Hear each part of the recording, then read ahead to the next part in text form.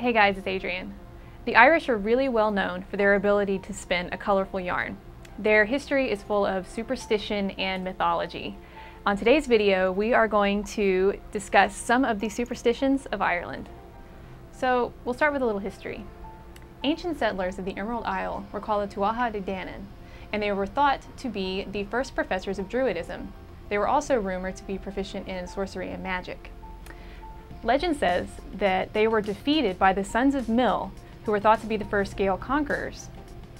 And instead of being banished from the land, they were shrunk in size and sentenced to live among the plains, mounds, and hills of Ireland. Since they were considered to be gods, they don't grow old, and they are invisible to the human eye. Essentially, the Tuatha became the fairy folk that the Irish strive to stay on the pleasant side of. A fairy fort, or a fairy rath, is an earthen mound thought to be inhabited by fairies. These mounds would appear in places where it was absolutely impossible for them to be, like a barren field, and would usually consist of a tree or flowers growing out of the middle of them. Now, the Irish generally avoided the fairies so much that they would build fences around these raths to keep other humans from disturbing them or possibly disappearing into the fairy realm. It's not uncommon to travel around the Irish countryside today and see a fenced-off fairy rath in an Irishman's field. Another Irish word for the fairy folk is the Sidhe, spelled S-I-D-H-E. A Banshee is a female fairy whose wail is thought to be an omen of death. These female fairies exist in both Ireland and Scotland.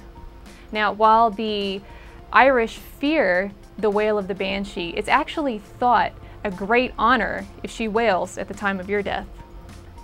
No discussion about Ireland's superstitions would be complete without discussing Ireland's most famous fairy, the Leprechaun. The Leprechaun is the most mischievous of all the fairies in Ireland, and the most industrious, as he's the fairies' shoemaker. Leprechauns are not wholly evil, but they're also not wholly good. It's very safe to say that they're crafty. If you catch a leprechaun, he'll grant you wishes, but beware. He is tricksy, and he will misinterpret your words every second he gets. Also, true to legend, leprechauns have treasure hoards, however not always at the end of rainbows. They love shiny trinkets, and they will pull every trick in the book to obtain one. Not all Irish superstitions revolve around fairies. Some have to do with giants. At one of Ireland's most northern points resides the Giant's Causeway. The Causeway is actually a formation of over 40,000 basalt columns that were created due to an ancient volcanic eruption. Irish legend claims that the giant Finn McCool built the causeway as a bridge from Ireland to Scotland so that he could fight his rival, the Scottish giant Finn and Donner. On his way across the bridge, Finn grew tired and fell asleep. Tired of waiting for Finn, Finn and Donner came across the bridge to find him. Now, Finn's wife, Una, concerned for Finn's welfare because the Scottish giant was rumored to be so much larger, covered Finn with a blanket and disguised him as their infant son. When Finn and Donner saw the size of Finn's infant son, he thought Finn must be huge indeed and fled across the causeway in fear, tearing it up just in case Finn decided he wanted to follow him. And now for some other Irish superstitions. The Irish believe that a crowing hen, a whistling girl, or a black cat are extremely unlucky to have in your house. However, it is considered very lucky to have a hen and her chicks wander into your house. The touch of the hand of a seventh son will cure a rabid dog bite. Do not turn out the lights while at the dinner table.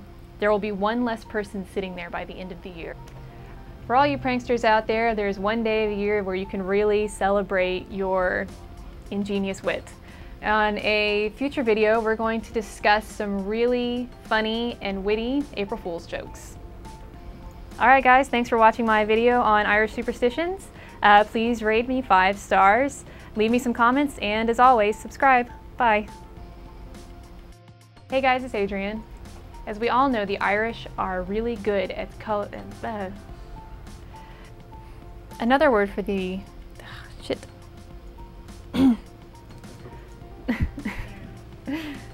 Another Irish word for the fairy folk is the Sidhe, spelled S-I-D-H-E. That's so stupid. I totally lost my train of thought.